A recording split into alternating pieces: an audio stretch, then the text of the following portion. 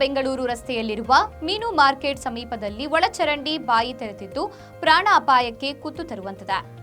ರಸ್ತೆ ಕಿರಿದಾಗಿದ್ದು ಇಲ್ಲಿ ರಸ್ತೆ ಅಗಲೀಕರಣ ನೆಪದಲ್ಲಿ ಅಧಿಕಾರಿಗಳು ಅವೈಜ್ಞಾನಿಕವಾಗಿ ದೊಡ್ಡ ಚರಂಡಿಯ ಓಪನ್ ಮಾಡಿ ಪಕ್ಕದಲ್ಲಿ ಇಲ್ಲಿ ವಾಹನ ಸವಾರರು ಹಲವಾರು ಬಾರಿ ಬಿದ್ದು ಕೈಕಾಲು ಪೆಟ್ಟು ಮಾಡಿಕೊಂಡಿರುವ ನಿದರ್ಶನಗಳಿವೆ.